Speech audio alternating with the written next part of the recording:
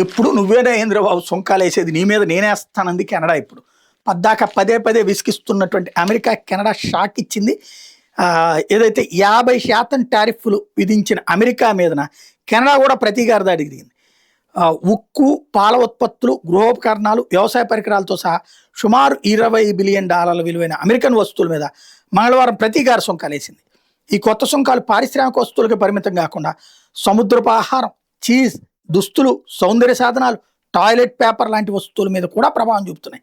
Canada సర్కార్ కొన్నింటి మీద 50% వరకు సుంకాలు విధించింది.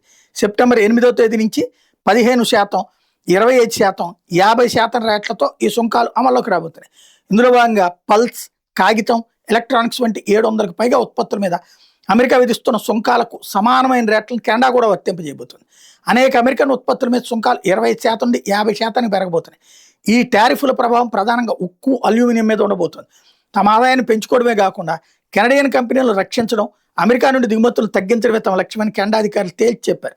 అమెరికాతో టారిఫ్ల వివాదం మూలంగా ప్రభావితమైన కార్మికులు, వ్యాపారాల కోసం కెనడా $5.4 బిలియన్ విలువైన సహాయ ప్యాకేజీ కూడా ప్రకటించేసింది.